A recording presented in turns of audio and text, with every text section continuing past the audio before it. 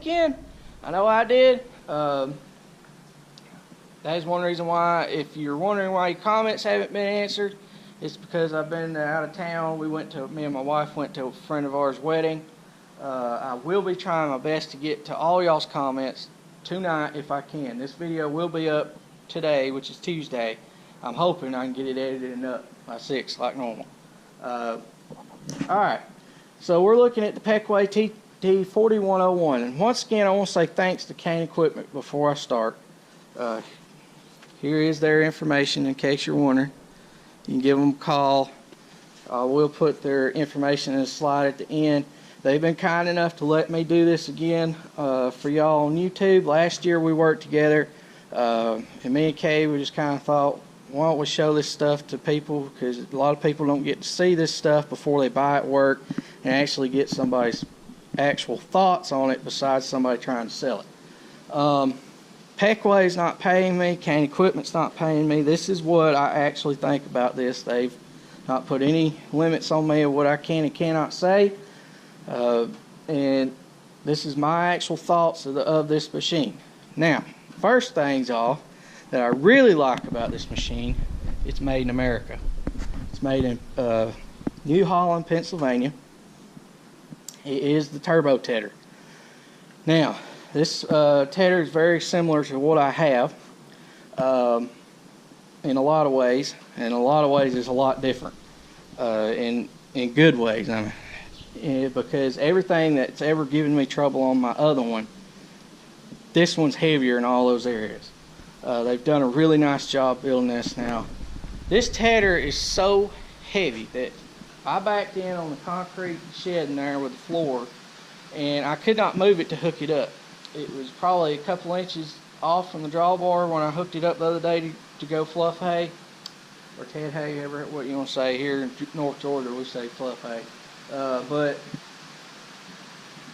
I could not move it. So my dad was standing there and he actually had to help me. That's how heavy this thing is. The Crones I have, I can move them around all day long. This one's a lot heavier than that one. It doesn't look it, except in certain places it looks a little beefier, but this tedder is a lot heavier.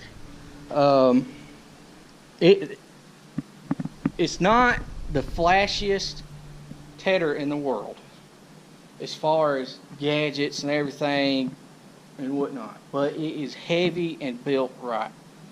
It is a working man's tedder. If you go out in the field and you fluff a lot of hay and you need something heavy like on rough ground like I've got, you're a large hay producer and you can't have a large tedder everywhere, and you need something that'll take the abuse of rough ground and heavy hay, this thing's built for it. One thing that, I mean, you notice right off the bat is how heavy the joints are where they've welded all this up. The steel on these is very thick. They've got a cross brace from the center, both gearboxes in the center, from the top of one gearbox to the other and back to the middle. It is a 4-star tedder, as you can see. It's got 7 tine bars. The teeth seem to be very well made and heavy, kind of like what I've got. Trying to see, one issue I did have with this tedder though, while I was running it, was there was some hay collection right in here. It was nothing that stopped me or anything, but it did collect here. Now, another issue though that I've had with my other tedders, a lot of times, and we've had to fix several times, is the actual carry axles were not heavy enough and they would bend. They've actually come in here, and this is heavier than the one I've got, the actual bar, and then they've come in here and they've put these pieces in here as reinforcement to keep it from twisting. That's the problem I've always had, is these are bad to twist on the ones I have.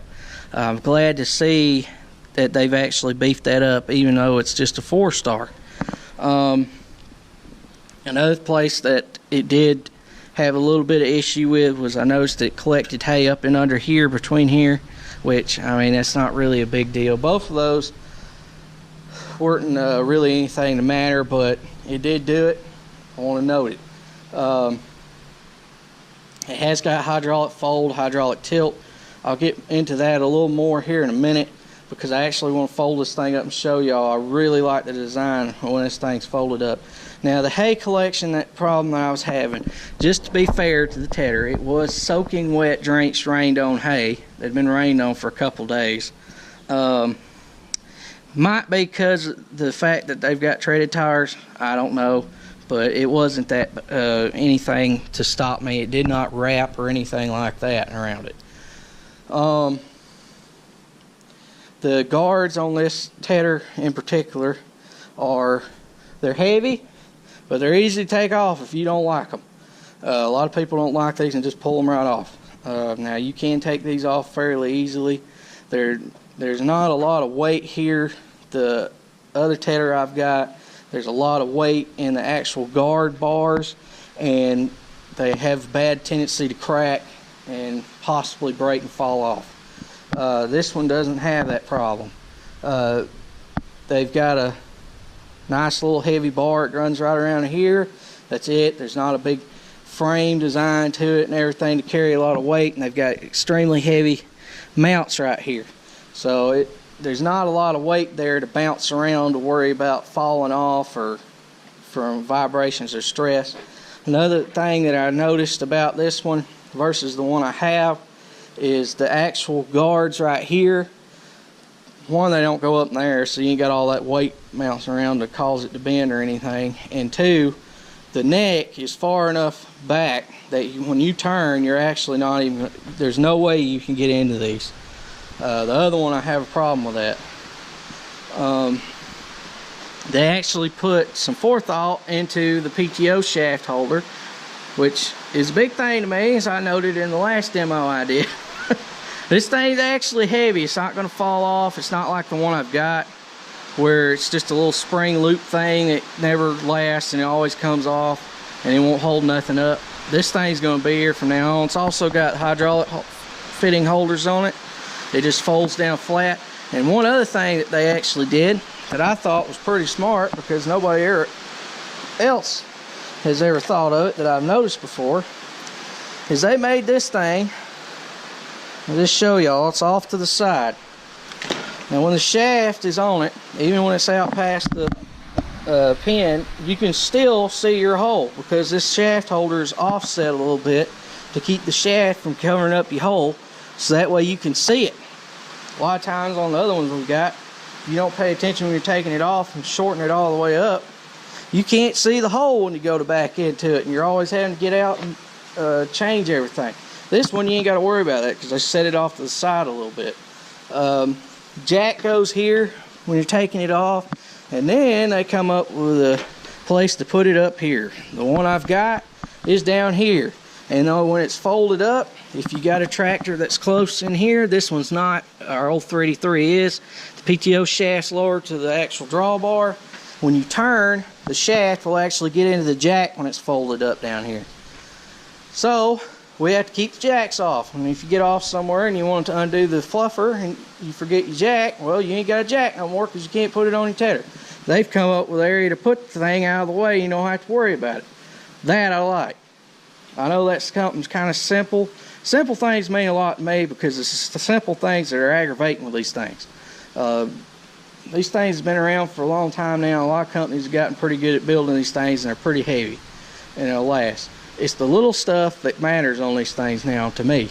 Because, I mean, obviously it matters if it's heavy, but stuff like this PTO shaft cover is another thing I noticed about this machine. A lot of the machines that you buy, these PTO covers, they're small in here, and you can't get in here to undo that, so that way you can get to this slip clutch that's in here and grease it. The one I have has a problem with that. I can't hardly ever get in there to grease it. They give you these little holes in these shields to grease them through, but you can never seem to get them to line up right. Well, this one's actually big enough where you can reach up in here all day long, move around. You can even reach in here with a grease gun and grease it. Or you can just undo it and pull it off and grease it that way. There's plenty of room in there to work. You don't have to try to force your hand in there to get in there or anything.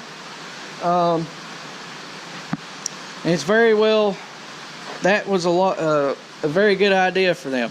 The hose holders, it's got a little spring coil style hose holder right here that runs from the tractor back. Right here you have a block for your hoses. You can shorten them up or lengthen them out if you want to. Not have to worry about tying them. That's another thing I hate, is having to tie lines. Because they'll always come loose or fall down, or the rope won't hold the exact right spot and it'll slip down or something. You actually don't have to worry about that with this one. Another thing I did notice too about it, it's got the standard normal, I mean just about all of them have this. This is actually what you adjust the tilt height to the ground with. The hydraulic cylinder picks it up and lets it down to fold it up, or you can tilt it back to avoid obstructions or something. But to actually set your tilt, even the Krone, the Klaus, all of them I've ever ran, you still have a hand crank right here that adjusts from the cylinder. It's actually on the cylinder, the hydraulic cylinder that runs through here. They're all just about like that. I've not seen one yet that isn't. They've got a little holder here to hold it, to keep it from moving. Out of everything on this thing, this is probably the cheapest little thing that they've got on it, to keep it from moving side to side. I mean, it's not really going to hold anything. But if there was anything I'd say to Pequea you need to change, it's probably this. But I mean, that doesn't really matter. That thing's not going to move anyway. I never had an issue with any of them moving. And all the ones we have don't even have a holder. Now, these do have slots. One thing that our other ones are bad about doing is if you go over a little bit uneven ground compared to the rest of it, sometimes this end will pick up a little bit and you constantly have to hit the hydraulics or keep it in float to go all the way down. But if you don't have a tractor with float, you're constantly having to hit the hydraulics to make sure it's down all the way. These actually have a slot so they can float anyway across the ground. Along with a cylinder give too. Another feature these have, which is pretty common, is they do have a height adjustment for down here. It is actually in the medium setting for height. I like them all the way up because we mostly do fescue, orchard grass, and Bermuda and stuff like that. And when you have it all the way up, you get more tilt downward and it'll throw it higher in the air, which helps scatter it out better. It get more airflow up underneath the crop and will actually help dry it out. Now for something like alfalfa or something, you want it lower to the ground so that way it kind of gently moves it along. The one downside I have seen of these is they actually have a bolt through them instead of a pin, but that's really not a big deal to me personally, because I never really change them. Once I have them set all the way up, I just leave them there because all of our grass is pretty well the same.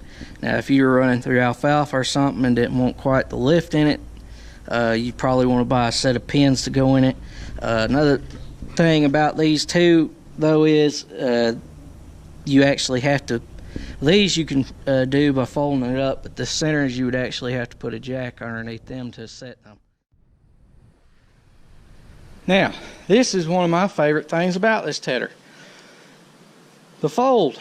Now, if you've got a tedder that's got hydraulic fold, you probably already know the advantages of having it, but if you've never had a hydraulic fold tedder, you're missing out. It makes life so much easier. We had the manual pickup that picked up like this and had to pin them. We also had the fold behind and you had to flip the wheels in the back, the old Coons that was like that. We've had those in the past. You name it, we've had it, 2 stars, everything. But if you have a hydraulic fold, you are going to appreciate this.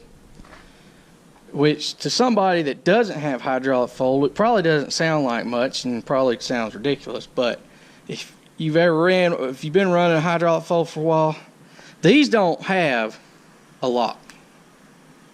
You're probably thinking, huh? They have no lock when you fold them up. They are held in place by the counterweight of them actually being folded back so far. That's what holds these together. And you don't have to worry about ropes or trying to pull them and get get them just right, like our Crohn's, you kind of got to work the hydraulics a little bit to get it to actually release both sides. And another thing you have to worry about is the rope going back and forth to the windshield and everything, and dealing with that, and undoing it when you take it loose from the tractor and remembering it. You don't have to worry about that. This thing is truly hit the hydraulics and go. There is no ropes to pull, no latches, nothing on these. And I really like that because you don't have to deal with any of that mess. And if you've never had a hydraulic fold, it tilts back just like I said. See, the cylinder is tilted back now, and you've got ground clearance under here for your teeth, and then it folds up everything. You don't even have to get out of the tractor for these. That is one real big benefit. These are truly stay in the tractor and go. They're jump from one field to the next in a hurry, which is very good thing for me because we have a lot of small fields scattered everywhere, and a lot of times we'll end up running up and down the road here and there to the next field constantly, and it's aggravating to have to worry about pulling ropes and folding things up or pinning them and everything else.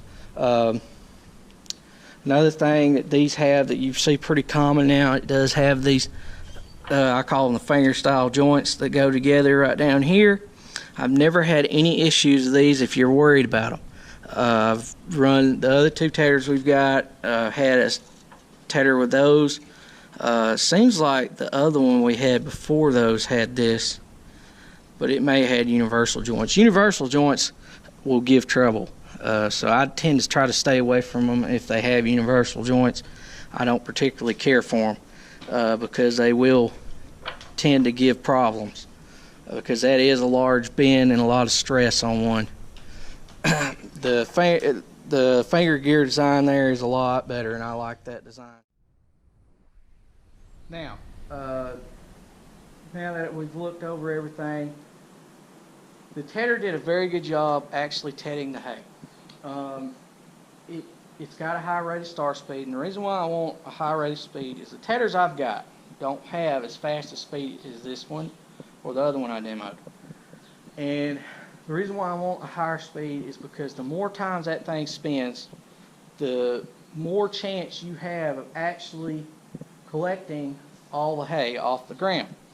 The other ones I have in thick heavy hay will sometimes leave strips of hay in the tire tracks from where it was mowed or something, and it won't pick it all up, or it'll leave it underneath the rows when we row it up out of the or windrow it out of the conditioner. And when you go and rake it, you got strips of green hay, and that's a problem when you're trying to get up horse quality squares or rolls, is because then you get moldy hay, or you have to wait a while after the raker rakes it, and you can't stay with the raker and get more done in a day. You have to wait a little bit longer before you start, and it's a pain. It takes up time that I don't have, and that's why I want a tether that spins fast like this one does, or the other one I demoed. So that way, because the more times it turns, the more likely you are to get all that's on the ground up, and those tines are going to hit that ground to pick it up.